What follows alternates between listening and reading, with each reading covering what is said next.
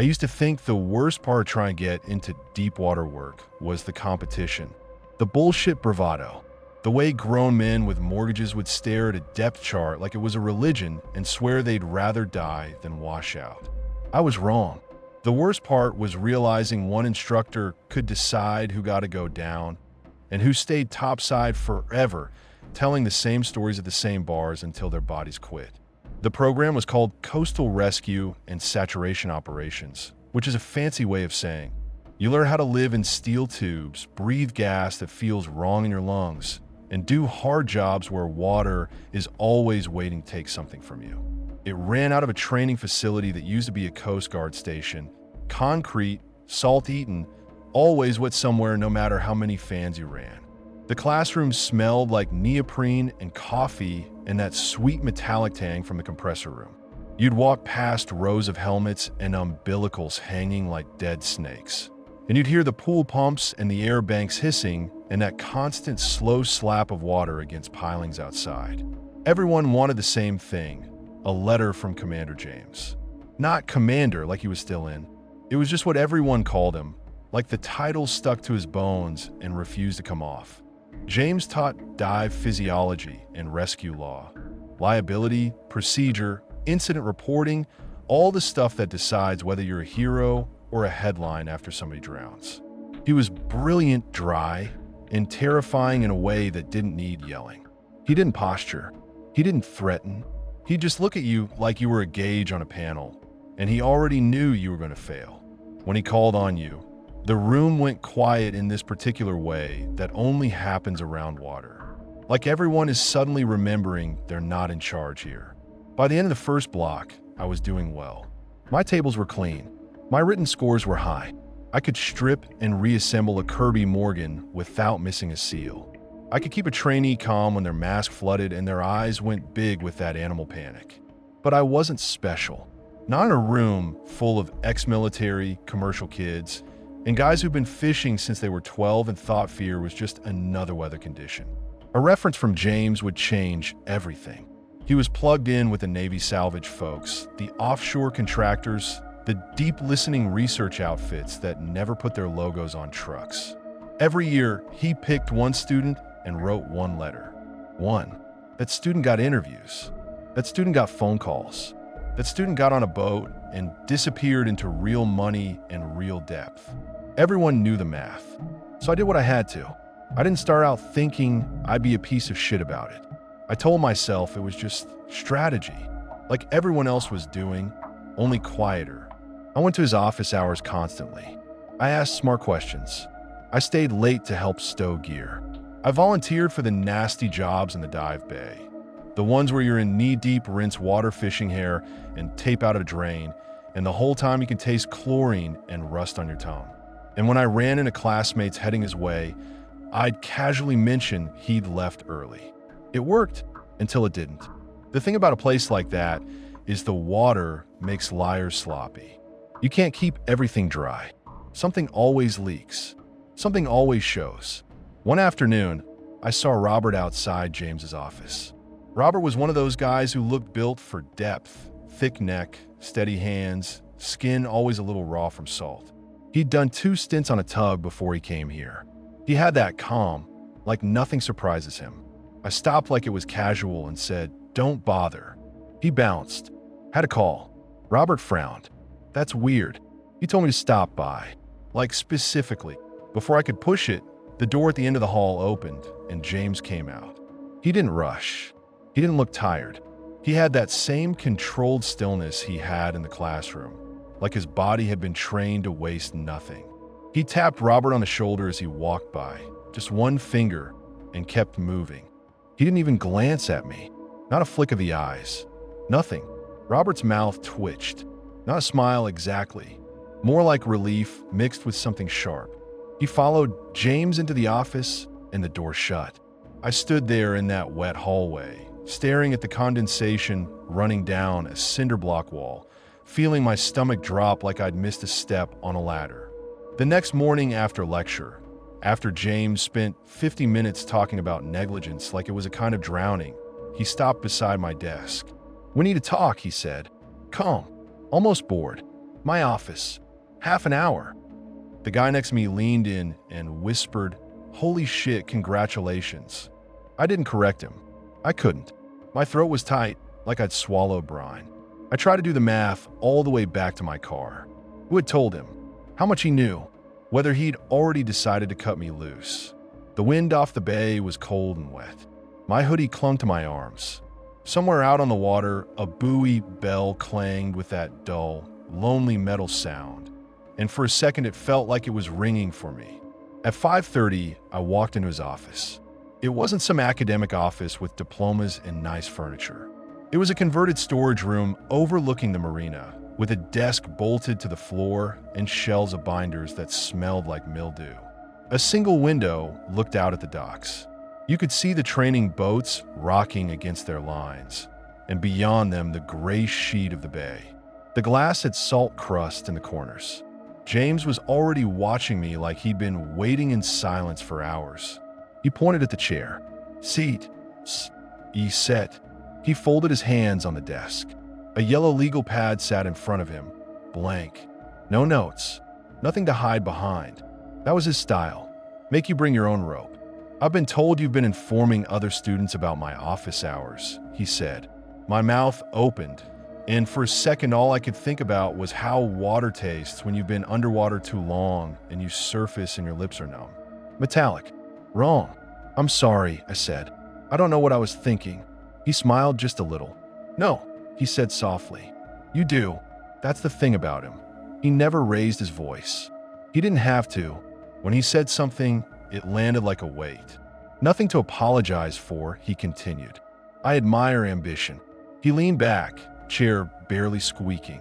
"You want my endorsement," he said, "and you understand how selective it is."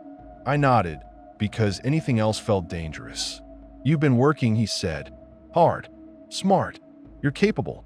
But capability is common. What's uncommon is willingness." He let that hang. Outside, something tapped on the window. Just a tiny rhythmic tick, like a drip hitting metal. There was no rain. "I run an additional evaluation," he said. "Very private." My tongue stuck to the roof of my mouth. "How does it work?" He leaned forward an inch. His eyes didn't widen. His face didn't change. He was never theatrical. That made it worse. "A game," he said. "One designed to teach you what this work actually is.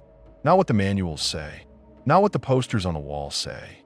What it is when things go quiet and nobody's watching." My palms were slick. I rubbed them on my jeans. He slid 3 white envelopes across the desk. Thick paper. No writing. "Just wait." Once opened, he said, "Participation is mandatory." I stared at the envelopes like they were live animals. He added, like it was an afterthought, 6 a.m. tomorrow. I got up, legs stiff, and headed for the door. My brain was trying to decide if this was a test of obedience or if I was about to step into something that didn't have an exit. As my hand hit the knob, James said one more thing. I froze. He said, "The water doesn't care about your intentions, only your actions. Keep that in mind." I didn't sleep. I tried. I laid in my cheap apartment, listening to the pipes gurgle in the walls and the distant hum of highway tires and the occasional horn from a ship moving through the channel at night. Every time I closed my eyes, I saw the envelopes sliding toward me across that desk. At 5:52, I was back at the facility, hoodie pulled tight, coffee burning my throat. The main building was quiet, lights low. The dive bay smelled like disinfectant and ocean funk. Somewhere deep inside the building, a pump kicked on and I heard the sudden rush of water through pipes, like the place exhaled. James's office door was already open. He was seated behind the desk, same yellow legal pad in front of him, same still posture, like he hadn't moved since yesterday. "Sit," he said again, like it was a ritual. He sat. The chair legs scraped the concrete. 2 minutes later, Robert walked in. He stopped when he saw me. Not surprised. He looked almost amused, like he'd expected me here. He took the seat across from mine and didn't say a word. His jaw worked once, like he was chewing something invisible. The third student arrived last, a woman from our class. I'd seen her in the pool and in the chamber drills, but never talked to her. Dark hair always shoved under a beanie. Quiet. Moved like she didn't want anyone to notice her, which is hard to do in a place where everybody's watching everybody for failure signs. She avoided eye contact as she sat. James looked at the three of us like we were equipment he was about to inspect.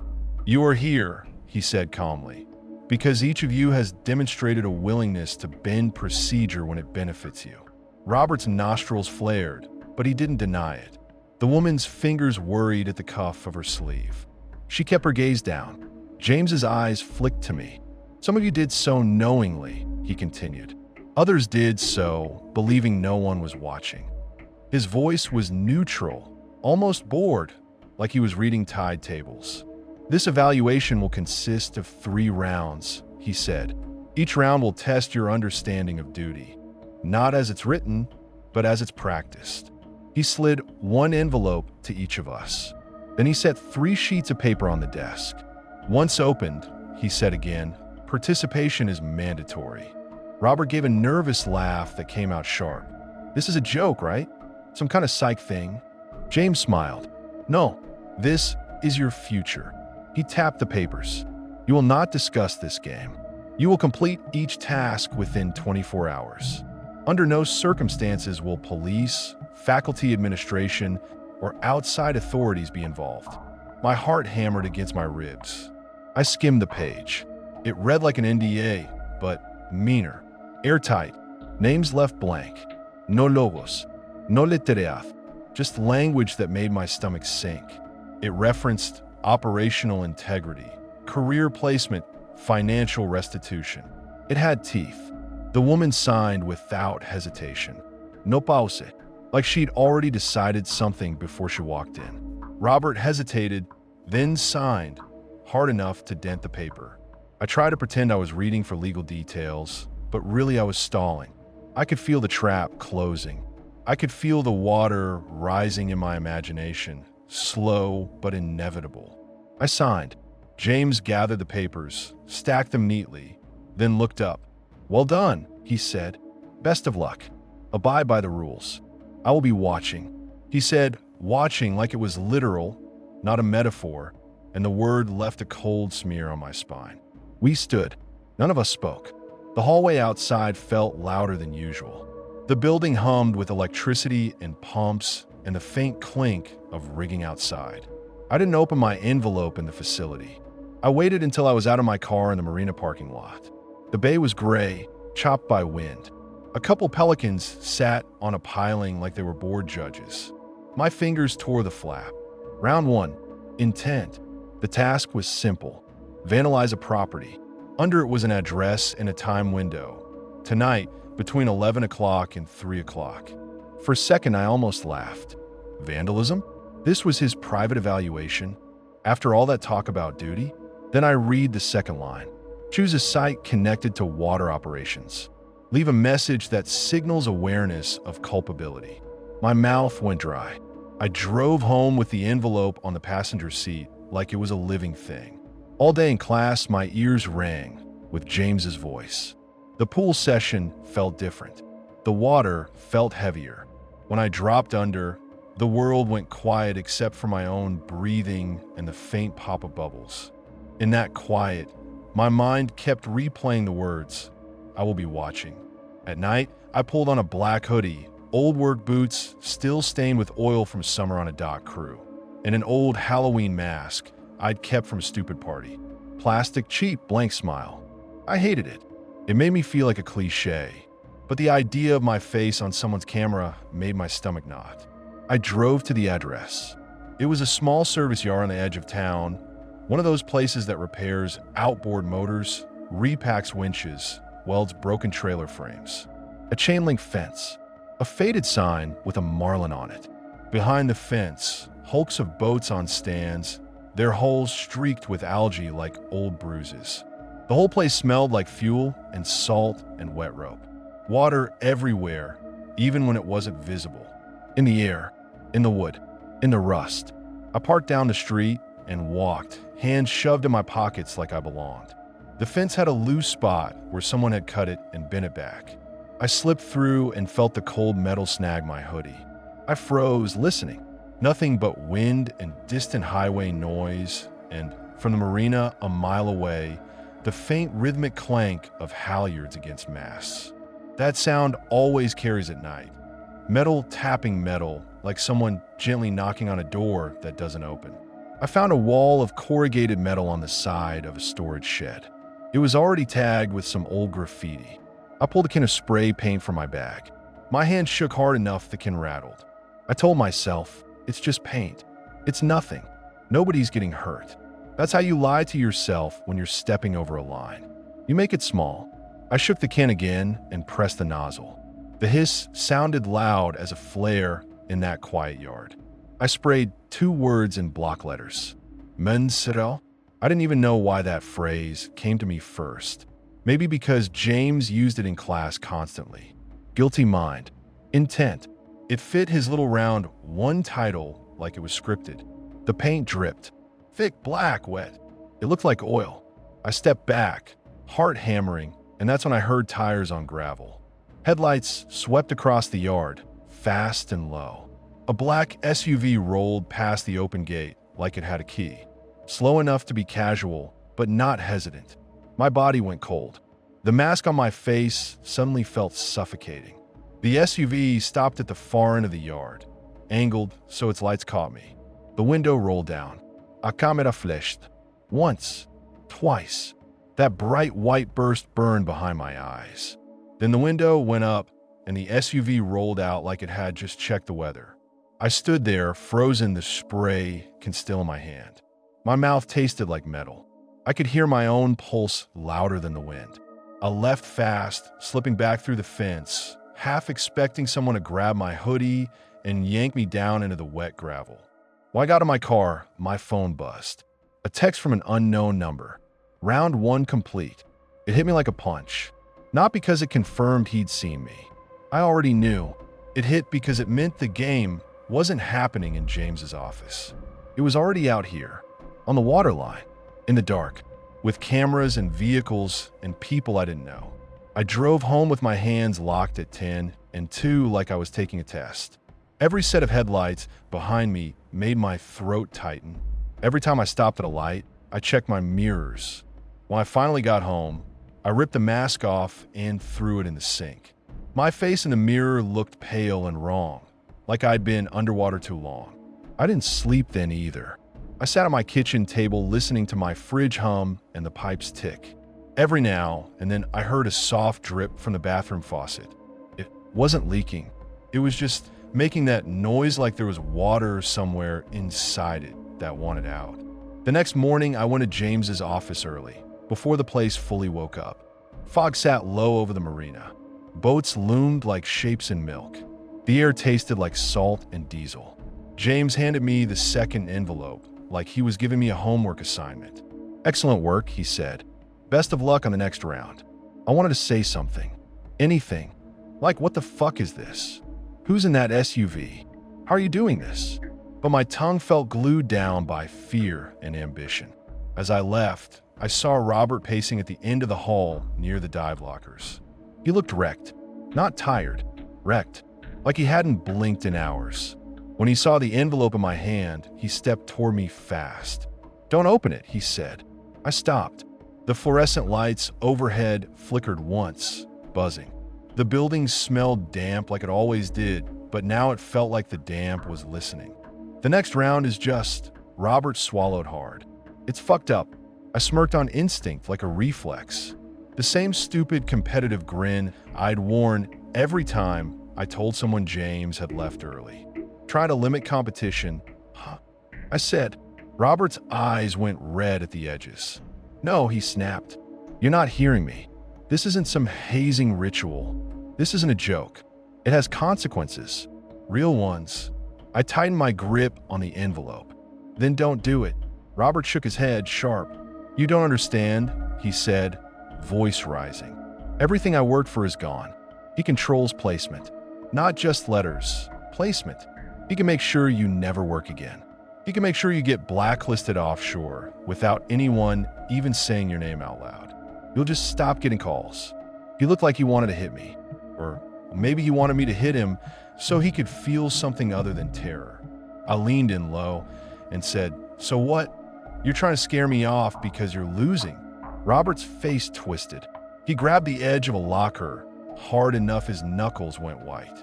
"I'm trying to keep you alive," he said, "or whatever version of alive you'll be after this." Then he walked away like he couldn't stand looking at me. I stood there with my envelope and my ego and a cold knot forming in my stomach that didn't go away. I opened the second envelope as soon as I got home. Round 2, silence. Task, steal Robert's laptop and destroy all evidence of the game. That was it. Plain, direct. A list followed. Specific items, Robert's laptop, any digital communications, all physical materials. It even mentioned envelopes and contracts. My first reaction was anger. Not fear, anger, because it wasn't just a task. It was a move, a chess move. James had set me against Robert like he was an obstacle, like he was already decided as expendable. My second reaction was relief, because this was something I could do. This was the kind of dirty work I'd already been doing in smaller ways. Misleading people, sabotaging access. I told myself it wasn't violence. It was theft. It was shitty but survivable. That's how the game pulled me forward. It gave me something my brain could classify. I waited until late. The facility housing for trainees was a row of converted dorms near the docks. Cheap, damp, always smelling faintly of bilge because the whole area sat low and flooded whenever the tide surged and the drains clogged. Robert's room was on the ground floor, facing the water. I knew because I'd walked past it 100 times, seeing him through the windows sometimes, hunched over his laptop, running decompression schedules, and watching dive accident breakdowns like they were horror movies. Around midnight, I drove down there and killed my headlights a block away. The tide was high. You could hear the water under the dock boards, slapping and sucking, like the bay was chewing. Robert was outside his building, pacing, phone pressed to his ear. He looked frantic. He kept raking a hand through his hair. He was talking to someone, but I couldn't hear the words over the wind and the water. I waited behind my steering wheel, heart thumping, watching him. He finally shoved his phone in his pocket and walked off toward the seawall, shoulders hunched like he was trying to shrink away from the world. I got out fast. I wore gloves. I wore a dark hoodie. My boots sank slightly into wet sand at the edge of the parking lot because the water had pushed up over the asphalt. Robert's window was a cheap sliding thing with a flimsy latch. I noticed weeks ago, in a bored moment, that it didn't close right. Water makes buildings lazy. I slid a flathead under the frame and popped it with a soft crack. My chest went tight. I listened. Nothing. Just the wet noises outside, the water and the wind, and a distant buoy bell. I slid the window open and climbed inside. His room smelled like sweat and damp towels and instant noodles. A fan hummed in the corner. A wet suit hung over a chair like a skinned animal. His laptop sat on the desk, open, screen dark. A little salt crust clung to the keyboard like he'd typed with wet hands. I grabbed it and shoved it in my bag. My fingers brushed a stack of papers on the desk, printed schedules, notes, and then the envelope. I froze. The envelope wasn't in a drawer or hidden. It was just there, like he'd stopped caring about secrecy. I took it. Then I saw a second envelope with my name on it in James's handwriting. My stomach lurched. I hadn't been given that. I hadn't opened it. I hadn't even known it existed. For a second, I just stood there, breathing shallow, staring at it. Then, like a reflex, I grabbed it too. I left quickly, climbing back out the window, pulling it shut behind me as gently as I could. My hand shook. As I cut across the parking lot, I saw it. The same black SUV, parked at the far end near the seawall, engine running. Lights off. Just a shape with tinted windows, barely visible except for the faint reflection of the water on its paint. I stopped walking. My body locked up. The driver's window rolled down like it had the first night. A camera flash popped. Once, the window rolled up. The SUV eased away, tires hissing through shallow water pooled on the asphalt. My phone buzzed before I even got in my car. Round 2 complete. I drove home feeling like the world had narrowed to a tunnel. Street lights blurred. The air inside my car smelled like damp fabric and fear. At my apartment, I set the bag on the kitchen table and stared at it. I could feel the ocean through the walls, even though I was miles inland. That's not poetic. That's real. The whole town sits on water. The ground is wet. The air is wet. Everything is connected. You learn that when you start diving. You learn that the line between here and there is thinner than people think. I destroyed Robert's laptop the way the task demanded. I didn't just wipe it. I didn't just throw in a dumpster. I took it apart. I smashed the drive with a hammer until the casing split. I burned the broken parts in a metal trash can on my balcony until the plastic stank and melted. The smoke smelled like chemicals and hot metal. It coated my tongue. I burned the first envelope too, the one from round one, watching the paper curl and blacken like seaweed drying in the sun. Then I held the second envelope, the one I'd been told to complete, now already completed by the game's eyes, and the third envelope I'd stolen with my name on it. Curiosity and dread hit at the same time, like two hands grabbing me by the throat. I opened Robert's envelope first. His round 2 task had been obstruction. He'd been told to plant evidence against another student, someone with a clean record, make it look like they falsified dive logs and cut corners, get them expelled and blacklisted. My skin prickled. It wasn't just sabotage. It was career assassination. In this world, a whisper can end you. A note in the wrong file, a phone call to the wrong safety officer, and you're done. And then I realized something worse. If Robert refused, he'd become the obstacle. If he did it, he'd ruin someone else's life. Either way, someone drowned. Maybe not in water, but in consequence. My phone buzzed again, like the game was impatient. A new text, same unknown number. Round 3 will start in 1 week. 3 a.m., address attached. There was a pin drop location, no name, just coordinates. I stared at it until my eyes hurt. I tried to go to class the next day, like normal. I tried to sit through lectures about hypoxia and duty of care and incident chains like I wasn't living inside one. Robert wasn't there. His seat in the classroom was empty, the desk dry and clean like he'd never existed. The woman, the quiet one, sat in the back, shoulders hunched. Her hands were pressed over her face like she was trying to hold her head together. James lectured like usual. His voice didn't change. He didn't stumble. He didn't pause to acknowledge the empty chair. At the end, he snapped his binder shut and said casually, "Class, one of your fellow students, Robert, is apparently missing. Let's hope he's simply on a bender. If you have any information, refer it to the school or the county police." He said police like it was a punchline. My heart sank. My mouth went dry. I looked around the room at everyone's faces, concern, curiosity, mild excitement, like missing people were something that happened to other families. I knew. In my bones, I knew. After lecture, I caught up to the woman in the hallway near the dive bay. The air there was colder, damp, full of the smell of neoprene and old seawater.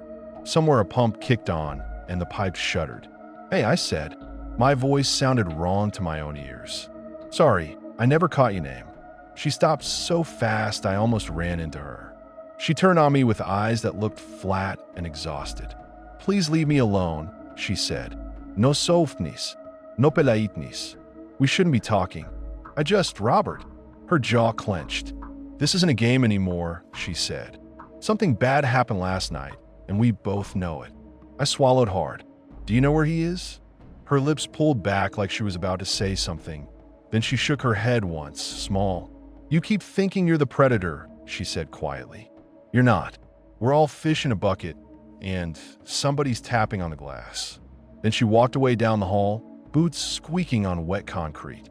I stood there listening to water move through pipes, that internal building sound. Gurgle, rush, drip, like the place was digesting something. A week passed. Robert was never seen again. The official story was fast and convenient. He'd been stressed. He'd been drinking. He'd taken a walk along the seawall near the dorms and slipped. There were security cameras, but unfortunately, the angle didn't catch the exact moment. The bay was choppy that night. The current runs strong through the channel. The Coast Guard did a search. A boat went out. Guys in orange jackets scanned the water with spotlights like they were looking for a drop set of keys. They found nothing. The news called it an accident, an unstable student under pressure. A tragedy. His parents came down and stood near the water with red eyes and asked questions to microphones, begging for anyone to come forward with information. Their voices shook. The wind off the bay tore at their words. The university released a statement expressing concern. James continued teaching as usual, and I tried to tell myself I wasn't responsible. But every time I washed my hands, the water felt colder than it should.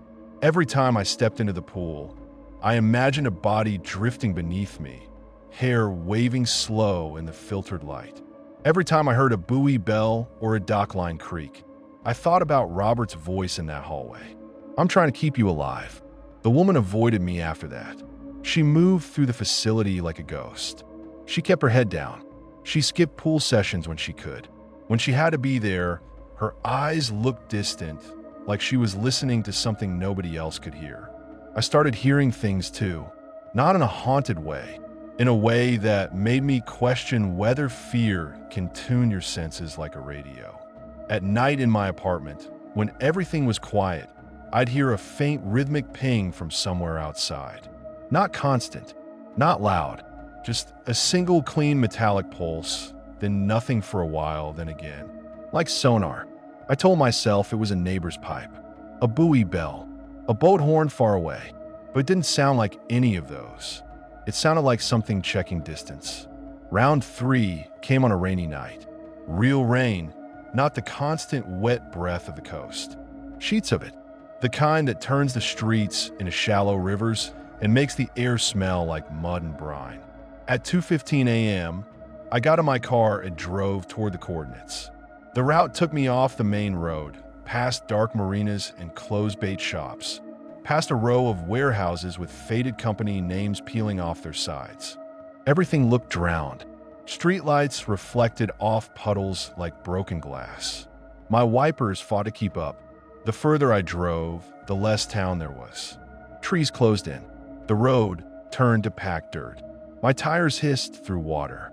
At 2:58 a.m., I reached a gate. It was open. Beyond it, a narrow access road led toward the water. I could smell it before I saw it. Salt and rot and diesel.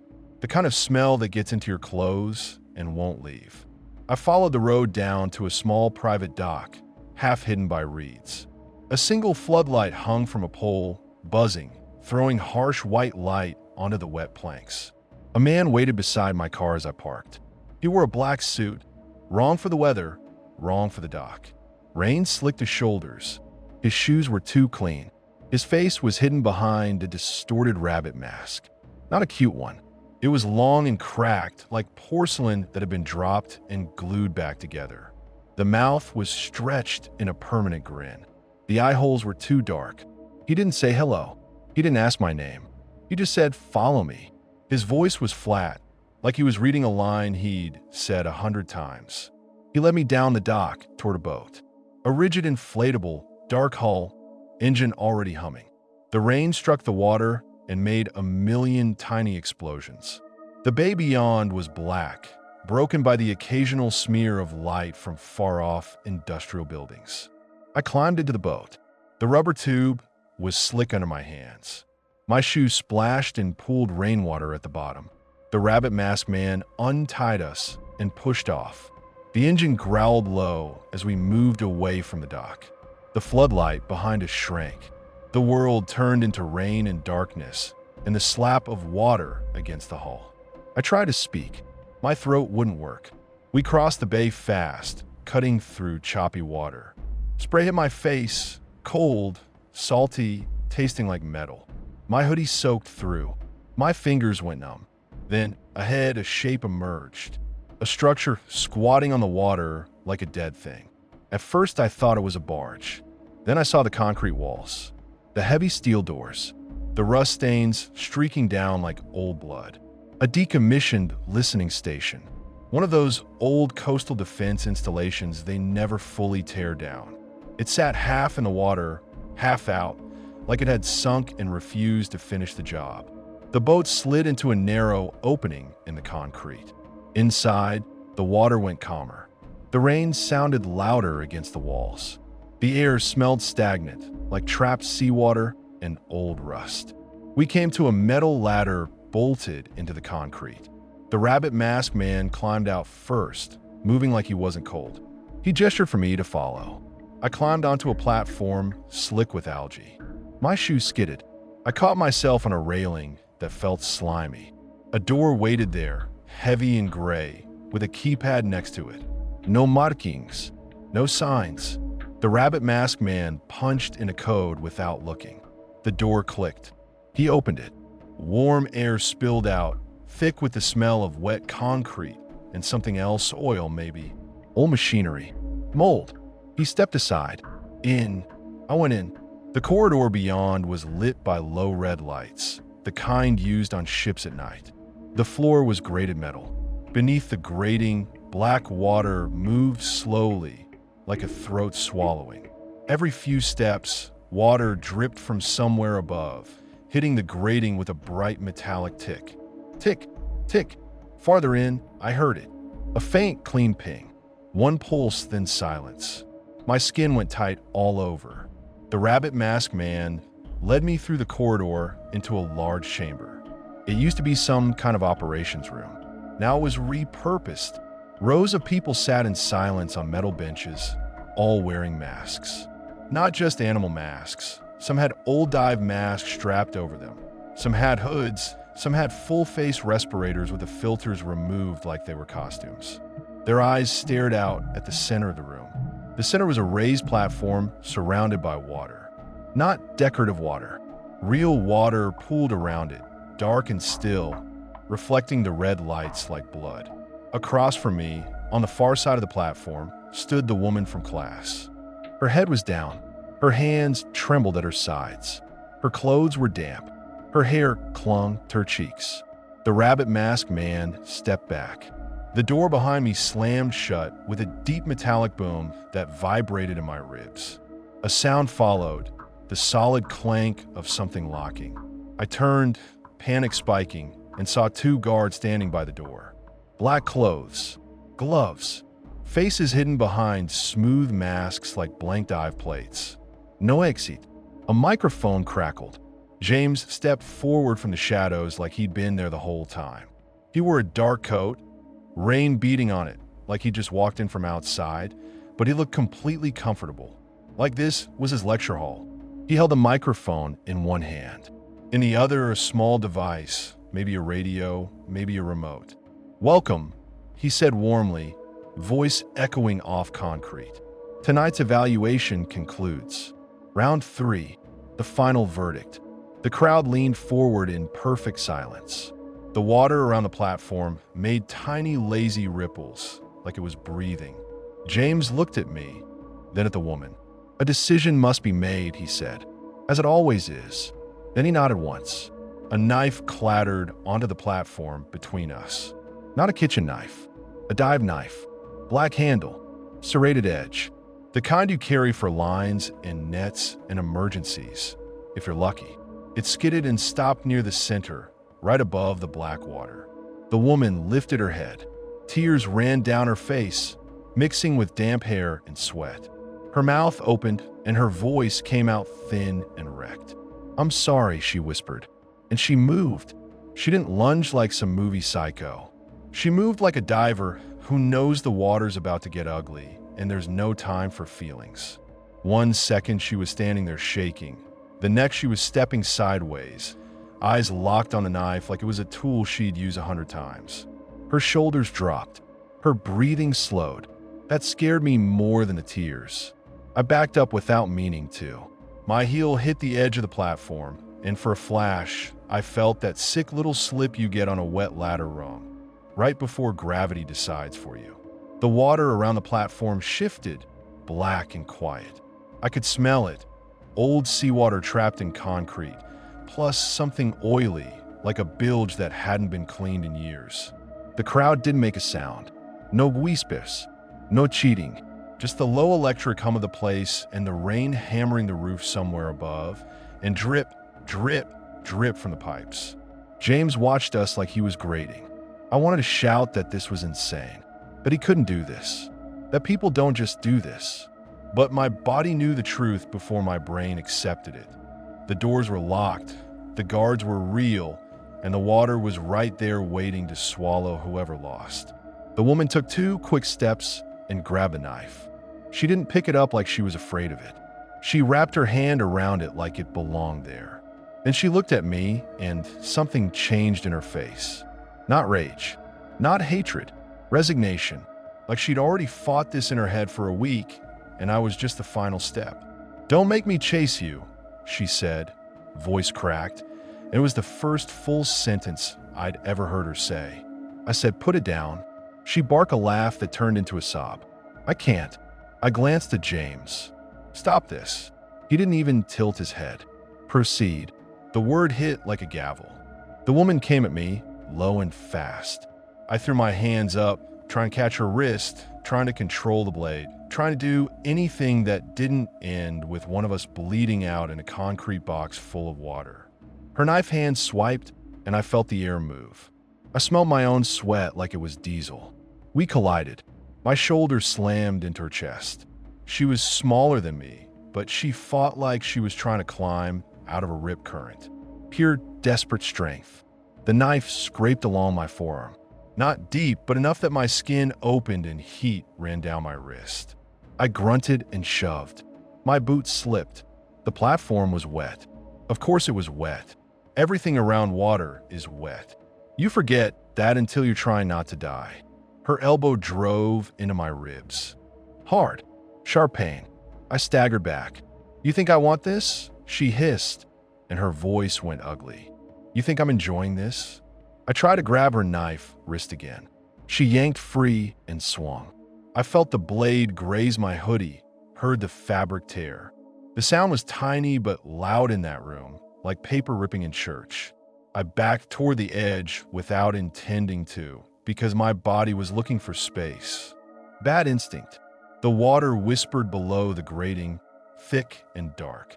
She surged again, and I caught her, both hands on her wrist this time, and we locked up, straining, her knife hovering between us like a compass needle pointing at whoever deserved it more. Her eyes were red and wide. Up close, I could see the tiny salt cracks in her lips like she was dehydrated from fear. "Let go," she whispered. "Drop it," I said, and my voice sounded weird, too calm, too cold, like my brain had flipped into procedure. Her arm shook. The blade trembled. And then something tapped from below. Not the drip above. Not the rain. Not the metal tick of water on grating. A knock. Deep. Hollow. Like something hit the concrete wall from the water side. One slow, deliberate thud that vibrated through my boots. The crowd didn't react. Not even a flinch. Like they heard it before. Like it was part of the night's schedule. The woman's eyes darted to the water for half a second. That half second was everything. I wrenched her wrist sideways. The knife slipped in her grip. Her fingers opened from strain and panic, and the slick, wet handle popped free. It clattered across the platform, spun, and stopped near the edge. We both went for it. She was faster. She dove, grabbed the handle, and rolled, smooth, trained like she'd done drills. The blade came up, and for a second, I saw my death in the red light. A flash of steel, a wet floor, a locked door. I kicked. Not heroic. Not clean. Just a brutal panic kick to her forearm. She yelped, and the knife flew. It skidded right off the platform and dropped into the surrounding water with a tiny splash that sounded wrong. Too soft, like the water was thick. The crowd exhaled as one body. Somebody behind me made a small sound, almost like disappointment. The woman scrambled, reaching toward the water like she could still grab it. Her fingers broke the surface, and the water moved. Not a wave, not a ripple from her touch. It moved like something rolled under it, a smooth bulge traveling through blackness. The woman froze with her hand in the water. Her face went pale under the red lights. She yanked her hand back like she'd touched a hot stove. Her fingertips were wet, obviously, but that wasn't the problem. They were smeared with something slick and iridescent, like oil, but it wasn't oil. It shimmered faintly, almost luminescent, and it clung to her skin in threads. She stared at it, breathing fast. "No," she whispered. "No, no, no." I backed up. "What is that?" She looked at me like I was stupid, like I'd never been in water before. "It's on me," she said, voice rising. "It's on me." And then another knock hit from below, closer. Thud. The water beneath the platform shivered. I heard a faint, clean ping, one single sonar pulse. So clear it cut through everything. My teeth clenched. My stomach flipped. James lifted the microphone again like he was giving commentary. "The blade is in the water," he said pleasantly. "Retrieve it, or conclude by alternate means." "Alternate means?" I snapped, turning toward him. "You sick fuck." His eyes didn't blink. "This is rescue work," he said. "This is duty. This is decision." The woman backed away from the edge, shaking her hands like she could fling whatever that slick, shimmering stuff was off her skin. It didn't fly away. It clung. "I'm not putting my hand in there again," she said, voice breaking. "Then we're done," I said. "We don't do this." The guard shifted. Not dramatic, just a small step forward. But the message was clear. My breath came fast. The air tasted like metal and wet concrete. The woman's face crumpled. She looked like she wanted to collapse. Then she looked up at me, and something hard replaced the panic. "If I don't finish," she said, "I don't leave. If I don't leave, I don't. She didn't finish the sentence, but I understood anyway. Robert, the empty seat, the convenient story about the current. She lunged at me with her bare hands. No knife now, just nails and teeth and desperation. She grabbed my hoodie, dragged me toward the edge like she was going to throw me in. For a second, I thought she'd lost her mind and that was her plan. Drown me and hope the water took the blame. I hooked my arm under hers and twisted, trying to break her grip. We stumbled. My boot slipped again. My heel hit the edge and half my foot hung over black water. The smell rose up, brine and rot, and something like old pennies. I didn't want to go in. I know that sounds obvious, but it was more than fear of drowning. It was fear of whatever the hell was in that water. Fear of that knock. She shoved. I grabbed her shoulders and shoved back. We slammed into the platform center hard. My ribs screamed. Her head snapped back, and for a second she looked stunned. Then she bit me, right on the shoulder through fabric. Pain flared white hot. I yelled and shoved her off, instinctive. She stumbled backward, arms windmilling. She hit the edge and went down into the water with a splash. Not a big splash. Again, too soft. She screamed the second she hit it. Not because it was cold, though it had to be freezing. Because something touched her. Her scream turned into a gargle. Her hands clawed at the platform. Her fingers scrabbled on wet metal and couldn't find purchase. I dropped to my knees and grabbed her wrist. Her skin was slick. That shimmering stuff smeared onto my hands immediately. It was cold and sticky, and it made my stomach churn. It clung in strands like spiderweb, but heavier. She locked eyes with me, and in that second, I saw it clearly. She wasn't trying to kill me anymore. She was trying to survive. "Pull," she choked. I pulled. Her arm came up an inch. Then something yanked from below. Hard, like a line, snagging and tightening. Her eyes went huge. She screamed again, but it got cut off by water. I pulled with everything I had, digging my boots into the platform, muscles screaming. "Help!" I shouted, turning toward the guards. "Help her!" The crowd stared. The guards didn't move. James watched like he was watching a training video. "This is your evaluation," he said into the microphone, voice calm. "No outside interference." The woman's arm jerked in my grip. Something below tugged again. Her shoulder started to slip from its socket. I could feel it through her tense muscles. She looked at my hands, at the shimmering smear on my skin, and she shook her head violently, tears mixing with water. "It wants," she coughed. "It wants." Another ping sounded closer, like it was inside my skull. Her body slammed against something under the surface, and she screamed, and then I felt her wrist slide in my grip. I grabbed tighter. My fingers slipped anyway because that slick stuff made everything feel greased. I lost her. She dropped back into the black water and disappeared like she'd been swallowed whole. The surface settled too quickly. No strashing, no vaves. Just a few ripples and then stillness, reflecting red light. The crowd stayed silent for a beat. Then they started to clap. Not wild cheering. Slow, rhythmic applause like a courtroom after a verdict. My mouth was open, but no sound came out. I stared at the water like if I stared hard enough, she'd come back up. The shimmering stuff on my hands glowed faintly, like deep-sea plankton. James stepped forward, set the microphone down, and nodded once at me like I'd answered a question correctly. "Very good," he said. Intent, silence, and now verdict. I turned on him. She didn't even, my voice cracked. "You let her die?" He looked genuinely bored. "She made a choice," he said. "So did you." I tried to pull her out. And in doing so, he said softly, "You place your hands in the water." I stared at him, not understanding. He nodded toward my hands. "You're marked."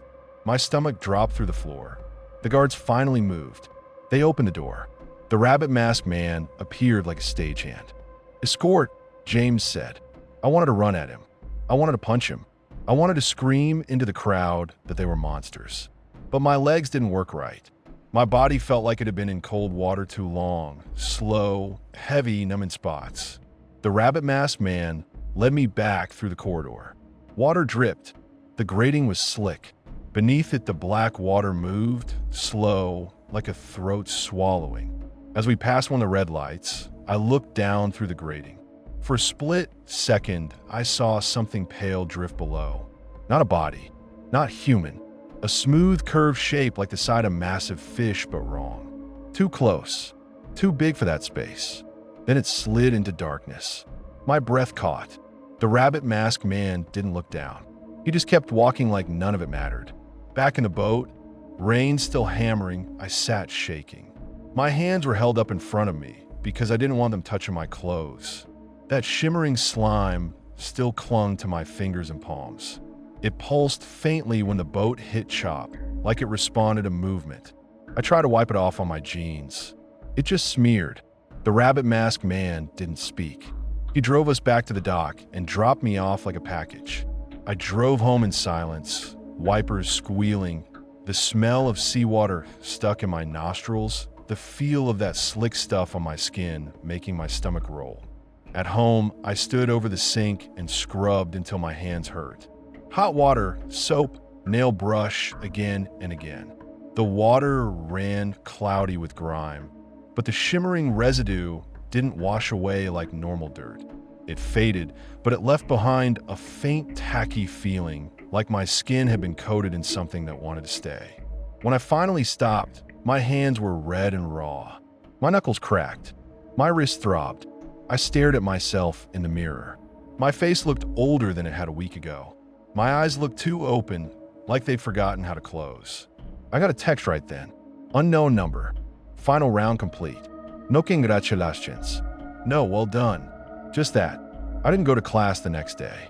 I sat in my car outside the facility for 20 minutes with the engine off, watching the water beyond the marina. Boats rocked gently. Lines creaked. A gull screamed. Everything looked normal. That was the sickest part. My phone buzzed again. Unknown number. Attends. So I went in. James taught like usual. He lectured about oxygen toxicity like it was a weather report. He called on people. He corrected them. He smiled when they got things right. There was no mention of the woman. No mention of round 3. No mention of Robert beyond that one casual announcement. Just an empty seat in the back and a different student sitting there a week later, like chairs didn't carry ghosts. I watched James the whole time, waiting for a slip, a glance, anything. He never gave me one. After class, he stopped beside me like he'd done before.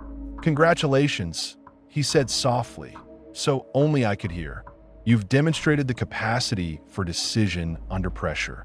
I swallowed bile. You murdered them." He didn't flinch. "No," he said. "They drowned. One figuratively, one literally. Water does that." I stared at him, my fists clenched. I could feel the skin on my hand still raw. He leaned in slightly. "Your placement will arrive soon," he said. "Do not speak of this." "Or what?" He smiled small. "Or you'll learn what it means to be silent." I wanted to spit in his face. I wanted to scream. Instead, I nodded, because I wanted the letter, because I wanted to win, because I was already in too deep and the water was above my head. A week later, the offer came. Not an email from a company with a logo, not a recruiter call. A plain envelope slid under my apartment door. No return address. Inside was a contract and a schedule. Offshore, deep water maintenance and emergency support. A hybrid gig, part salvage, part incident response, part legal compliance liaison. It was the kind of job you don't get without someone powerful making a call. It included a stipend that made my eyes water. It included travel. It included access. And it included a clause about confidentiality that looked a lot like the paper I'd signed in James's office.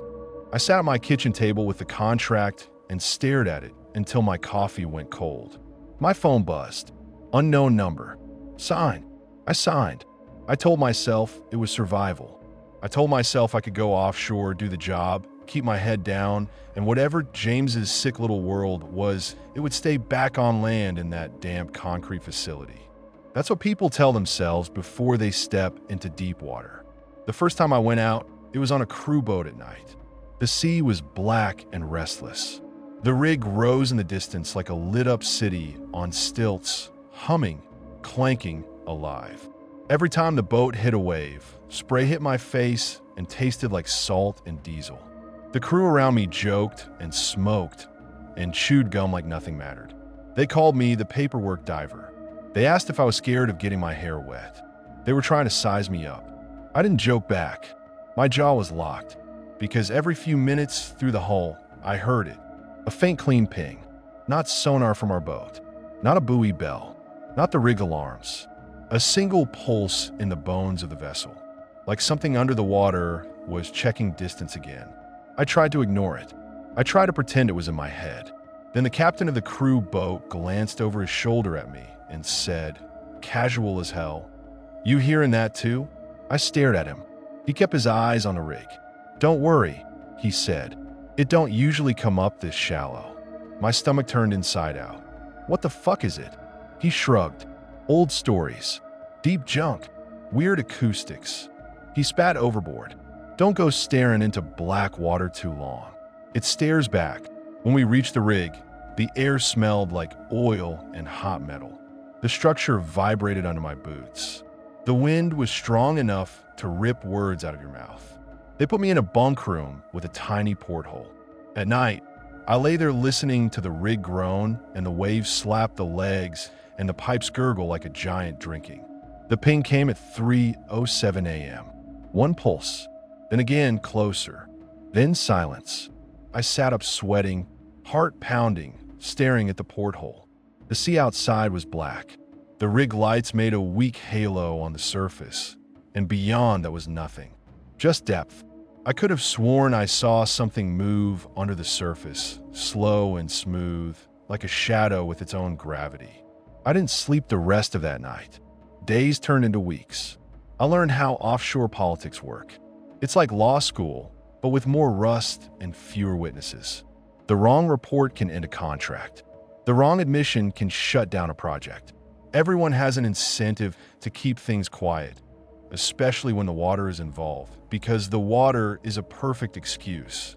Lost at sea is the oldest loophole on Earth. My job was half safety compliance, half incident response, half legal cover your ass. I wrote reports. I sat in on debriefs. I watched divers come up trembling from cold and exhaustion, and sometimes from something else they didn't want to name. Once, a saturation diver came out of the chamber pale as paper, eyes wide and unfocused. His voice came out helium high, squeaky and wrong, and he kept saying, "It tapped," over and over like a prayer. "What tapped?" the supervisor asked, annoyed. The diver looked at me like I should understand. "On the hull," he said. From outside, the supervisor rolled his eyes. Ghost stories, he snapped. You're narked. The diver grabbed his wrist and dug his nails in until his skin bled. It wasn't narcosis, he said, voice cracking. It was a fucking knock. Like someone was knocking to be let in.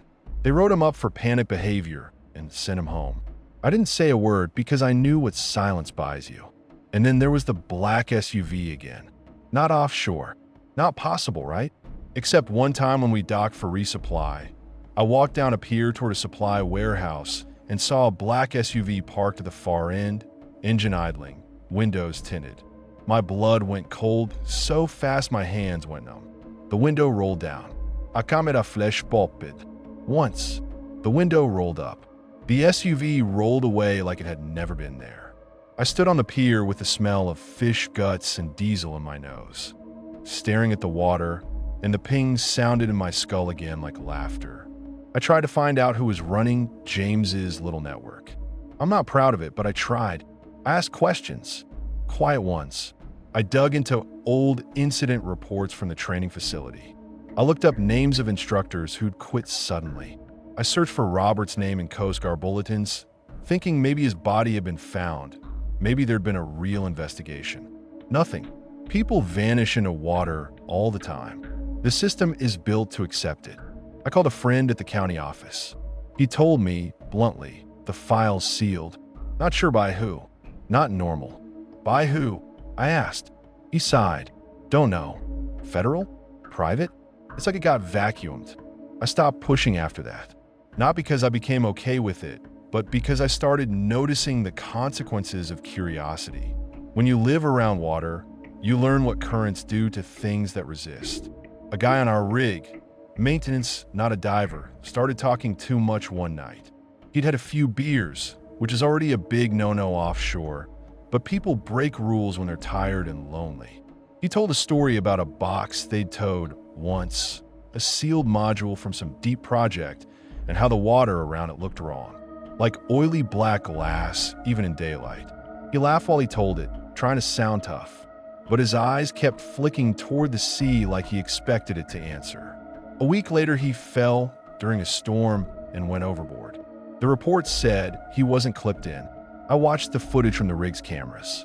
The angle wasn't great. It didn't show the exact moment he went over. That line, unfortunately, the angle didn't catch the exact moment. Started to feel like a ritual phrase, like a spell that makes responsibility vanish. I started having dreams that weren't dreams. I'd be in a chamber, pressurized, breathing gas that made my voice sound like a cartoon. The walls would creak. Condensation would drip. I'd hear the ping, and then I'd hear a knock from outside the chamber. Slow, deliberate, like someone wanted in. I'd wake up with my mouth tasting like metal, hands clenched so hard my nails dug into my palms. On my days off, I'd go down to the marina and sit in my car watching the water.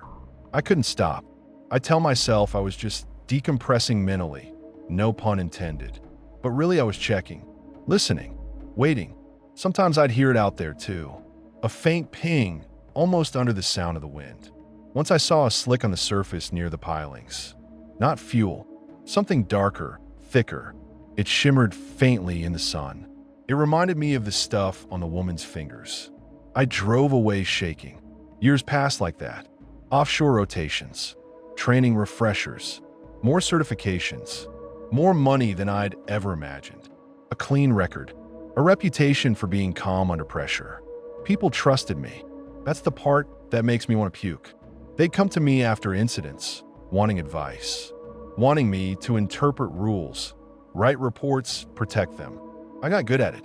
I learned how to phrase things so nobody got sued, so contracts stayed alive, so the machine kept moving. I became exactly the kind of person James wanted to produce. Someone who understood law not as it's written, but as it's practiced. And every time I signed off on a report that buried something, every time I sat in a meeting and watched a man's fear get rewritten as narcosis, I'd hear the ping in my head like a reminder. A few months ago, I finally snapped. It was after a night dive incident. A diver came up screaming that something was outside the bell. Not a fish, not a current. Something that pressed against the metal, like a face against glass. The supervisor wrote him up, sent him home, closed the incident with a neat little explanation about panic and inexperience. I sat in my cabin afterward and stared at my hands. I could still remember the feel of that shimmering slime, the way it clung, the way it made everything slippery.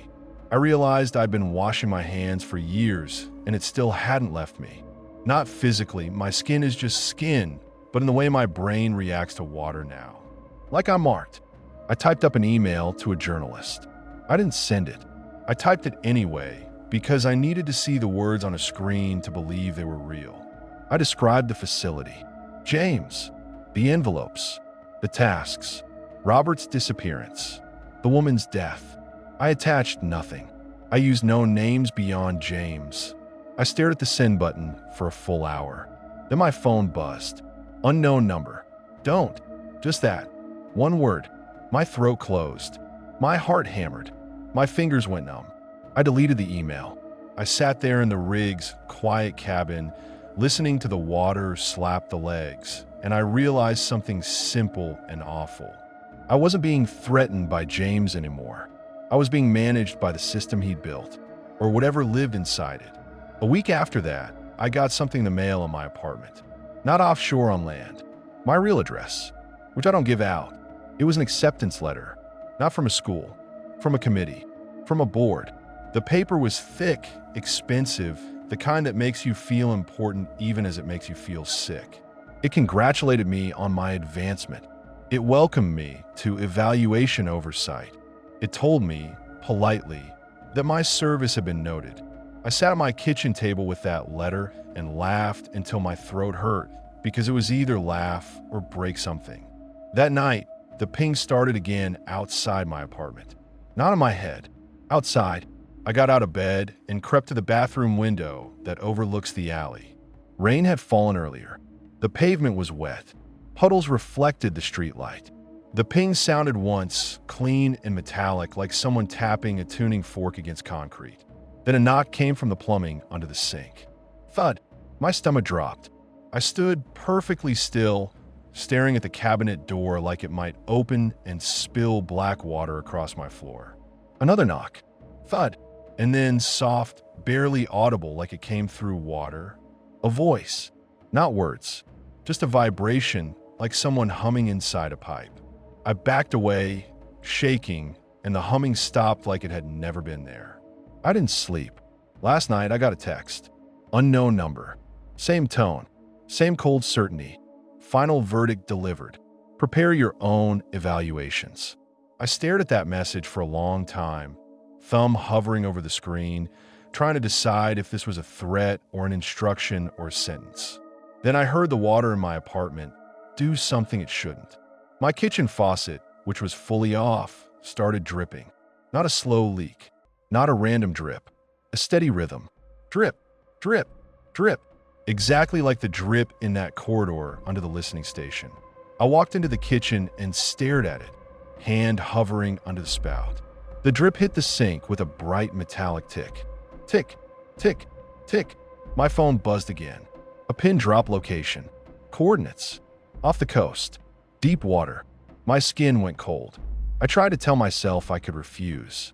I tried to tell myself I'd grown past this. That I wasn't that desperate student anymore. That I wasn't the guy who lied to classmates and stole a laptop and watched a woman disappear in a black water.